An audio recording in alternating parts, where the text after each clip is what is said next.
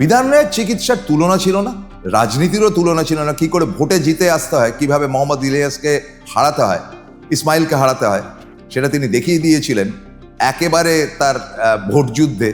এবং ভোটযুদ্ধে তিনি গোপাল পাঠাকে ফিল্ডে নামিয়ে শেষ মুহূর্তে জিতে বেরিয়ে এসেছিলেন, নইলে হেরে যেতেন সেবার বউবাজার কেন্দ্র থেকে। যাই হোক, সেটা তো অন্য গল্প। রাজনীতির সঙ্গে রাজনীতিটা তার অন্য পেশার মধ্যে কেন, ওটাই মেন পেশা হয়ে গিয়েছিল একটা সময়। পরবর্তী অধ্যায়ে কিন্তু রাজনীতিতে অনেকেই এসছেন, এবং আমরা দেখেছি জ্যোতিবাবুর ক্যাবিনেটে আমরা সূর্যকান্ত মিশ্র মতন ডাক্তারকে, যিনি বিরোধী নেতাও ছিলেন 2011-তে মমতা বন্দ্যোপাধ্যায় যখন ক্ষমতায় আসেন।